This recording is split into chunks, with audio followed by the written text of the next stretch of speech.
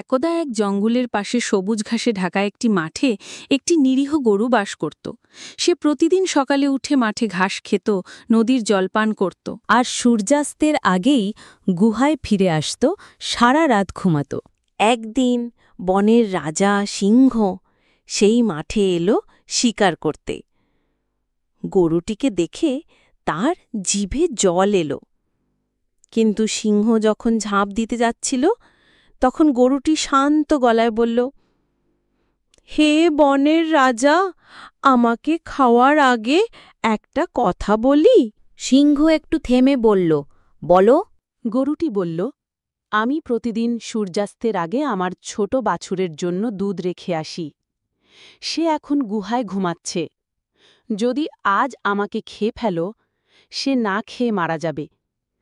আমি কথা দিচ্ছি, দুধ দিয়ে এসে আবার তোমার সামনে দাঁড়াব।